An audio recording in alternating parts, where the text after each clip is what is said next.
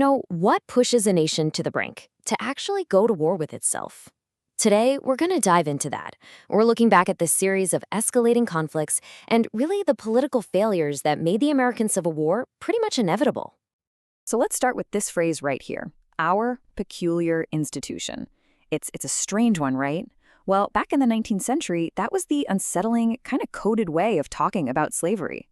It was the nation's big open secret, this massive contradiction at the very heart of a country that was supposedly founded on liberty. And honestly, it was the engine that was driving the whole country toward a massive conflict. Okay, so before we get into all the politics and the laws, I think it's absolutely crucial that we understand the staggering human cost of it all. And really, there's no better way to do that than to listen to the voices of the people who actually lived through it. Now, two of the most powerful voices to come out of this period were, without a doubt, Frederick Douglass and Harriet Ann Jacobs. I mean, think about this. Both of them were born into slavery. Both managed to escape. And then they both wrote these incredible, world-changing books.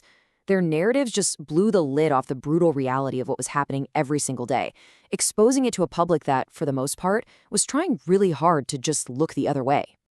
So when you look at these accounts, and historians have studied tons of them, you start to see this one central, just devastating theme that comes up again and again. What do you think that is? What's that one core message that's woven through all these stories of incredible survival and resistance?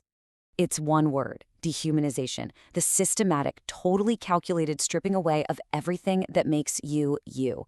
Your family, your identity, your very humanity. And here's the thing, this wasn't just some unfortunate byproduct of slavery. It was the entire point. It was the whole mechanism. And this became the nation's deepest, most profound moral mistake. All right, let's switch gears a bit and head into the political arena, because you can see how this all starts to build. As the country got bigger, it tried, desperately, to legislate its way out of this moral crisis. It was like trying to contain a fire that was already raging out of control. One of the biggest attempts to do this was something called the Missouri Compromise of 1820. The whole idea was basically a political balancing act. Senator Henry Clay came up with it, and it went like this. Missouri gets to come into the Union as a slave state, but to keep things balanced, Maine comes in as a free state. You can see what they're doing, right? It was basically just a political band-aid on a really, really deep moral wound. And this wasn't a one-and-done kind of deal. Nope. 1820 was really just the beginning. For the next few decades, American politics was pretty much just a series of these fragile, teetering compromises. Each one was basically designed to kick the can down the road, to hold a fracturing nation together for just a little bit longer. But here's the thing. Even back then, some people saw right through it. They knew this wasn't a real solution. Just listen to this quote from Thomas Jefferson about that very compromise. He said it was like a fire bell in the night that filled him with terror. He wasn't hearing a solution, he was hearing an alarm bell. And then he calls it the knell of the Union, basically a funeral bell for the very country he helped create. Wow. And it turns out Jefferson's fear was spot on. That whole era of trying to patch things up with fragile compromises, well, it eventually just collapsed. It gave way to this stark, unavoidable realization that the nation's division wasn't something you could fix with a law. It was just irreconcilable. So let's jump forward in time. Picture this. It's 1858. The air is just electric with tension. We are now only 3 years away from the first shots of the war. And a certain politician from Illinois is about to get up and give a speech that will change everything. And that politician was, of course, Abraham Lincoln. He delivered this unforgettable line, "A house divided against itself cannot stand." What he was doing was finally saying the quiet part out loud, the truth that pretty much everyone had been desperately trying to avoid. He was saying, look, the United States cannot go on like this, permanently half slave and half free.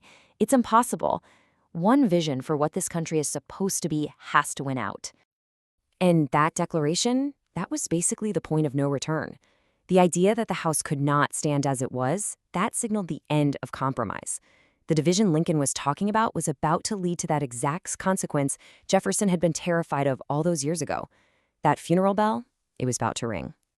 And then it happened. From 1861 to 1865, the American Civil War tore the nation apart. It was the violent, bloody, inevitable results of all of it.